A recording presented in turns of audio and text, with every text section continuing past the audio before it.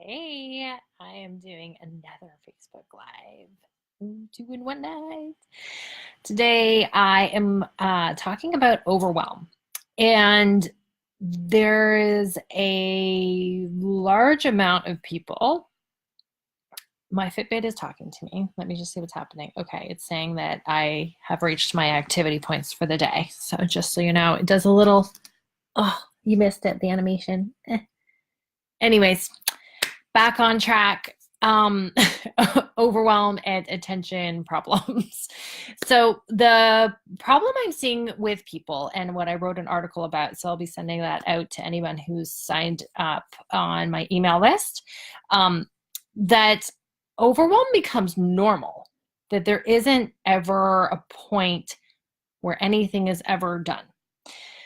Now, I'm going to get to that later because there's something to that.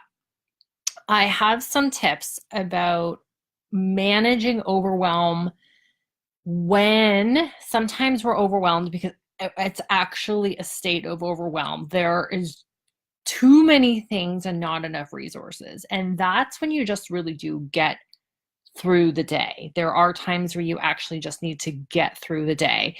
Actual overwhelm is like literally you are at your extended, most stressed state, and life is really coming at you. What I'm talking about is the state of overwhelm that is normalized. People just are always overspent, and it could be like a banana falling on the floor, and that's the final straw. That's the state that I want to talk about today. Is that what I'm finding is so many people are overwhelmed because of their relationship to stress and their lack of ability to cultivate resources, and their lack of ability or priority to cultivate the resources to elevate their resilience to deal with the day-to-day stress, the kids, the traffic, the ornery person that's getting your coffee or coworker, the stuff. Everyone has stuff. Everyone pays bills. Everyone's adulting. So I wore my cute hat during this video. And, it's just stuff. So I have 3 points that I made in this article. And the first one has to do with adaptation. We will never get it all done, but we can adapt to the concept that there will always be something. We don't have to feel defeated by that. And a lot of people do. I have a lot of clients where they need to get their email box cleared, and that's a big weight on them. That's in the realm of stresses you can actually take off your own plate. You can actually strike that off your list and just make a decision. There's a lot of concepts for high performing entrepreneurs that a lot of people subscribe to, and they don't sit and think for 2 seconds. Does this really matter? Is this a priority on my list today? Sometimes it's like, just take that off your list. Ariana Huffington does talk about that. She says like some of the things she just takes off of her list. And I love that such an established professional woman gave voice to something like that, because we need to just chill out, overall, but we need to adapt. So my first point, again, I'm coming back because I can digress, is this adaptation, and not an adaptation of like bigger, faster, stronger. No, an adaptation of presence within the stuff. The stuff isn't going away, okay?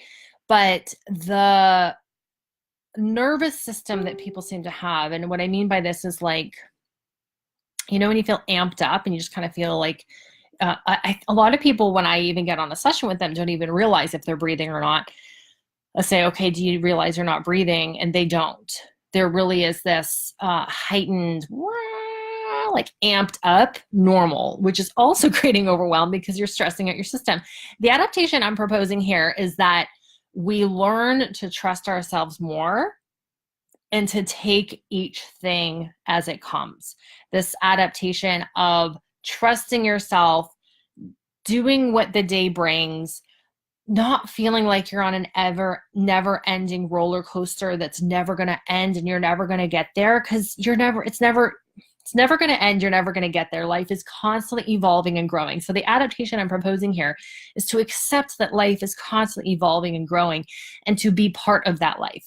The preconceived notion that we need to somehow have it all figured out and have it all together is totally inorganic. Like, all of life is constantly evolving, and as humans and as any species on the planet, we can adapt and grow and evolve, and we can build the resilience to deal with the stuff.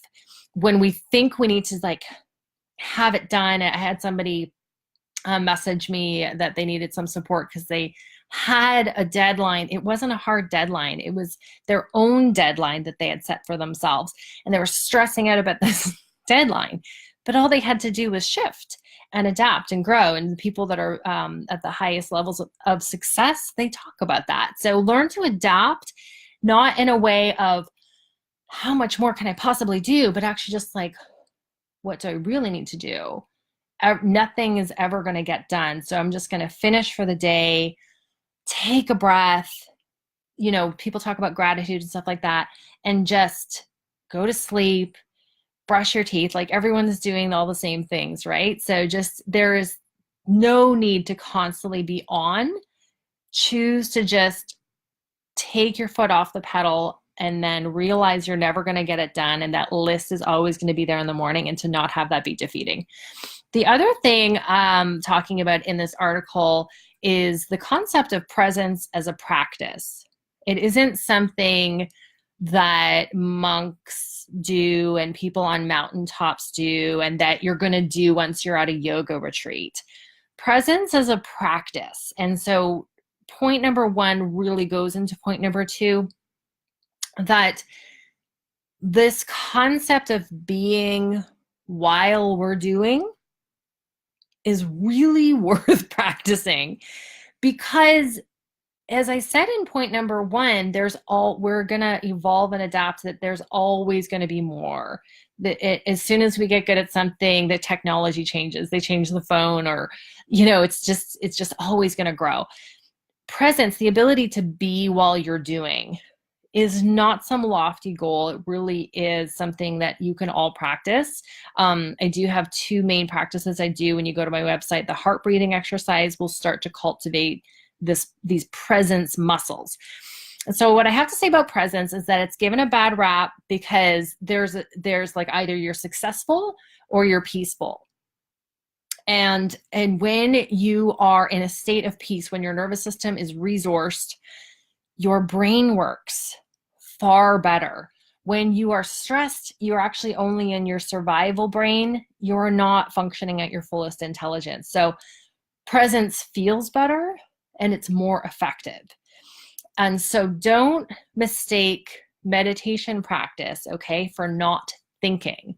What you're doing is you're practicing a relaxed, coherent process, presence, like a state of being, so your body can repeat it again at another time. And more importantly, repeat it again when the stakes are a bit higher. So presence is another key to practice. If you're overwhelmed and always overwhelmed, it is worth having another thing on your to-do list and to not choose to be overwhelmed by it, but to actually have this space within your day where there's a pause, where you can let your brain get some oxygen, where you can actually bring in, this is so funny, hey Allison and Jenny, where you can actually bring in that presence that's going to allow you to do the thing, so then you don't have to be overwhelmed. And so this comes to my third point about acceptance and not being too harsh. Acceptance doesn't mean resignation. Acceptance means I'm okay. You know, this inner critical voice is part of why overwhelm feels so horrible. Because when you really look at it, there's things that maybe need to get done.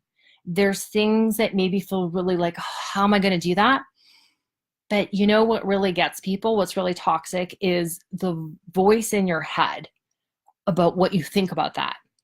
Oh, I'm such a loser. It's really harsh. It's really a harsh experience that people go through. And I'm giving voice to something Maybe people are like, no, I don't do that. You probably do. And so this other concept of accepting, it is beyond accepting yourself. It's accepting that point number one, that things are always going to be evolving and changing and you're never going to get it done and it's always going to be growing. But to not be so freaking hard on yourself is within your purview. It's within your power to listen to that voice and go, oh, I don't have to feel that way about myself. I don't have to feel that way about life. There's things like mindset and all these other areas, but this is just things to consider. If you find that you're always on this roller coaster of overwhelm and there's never a stopping point, unless you get sick or these things, you don't need to create that to actually stop. You can listen to your body beforehand. Just check in. I'm reading the article at the same time. Yeah, so making yourself wrong and bad is totally within your range of power to actually shift and come back and just be like, I'm okay. Everything's going to be done that needs to get done. I am capable. And you can just be your own inner cheerleader. Like if you have enough energy to be a critic, you can start shifting that and be an inner cheerleader. So overwhelm doesn't have to be your normal. It really is just a practice habitual state that a lot of people fall into and that a lot of people talk about. Oh, I have so much to do. Oh, blah, blah, blah. There's always going to be stuff to do.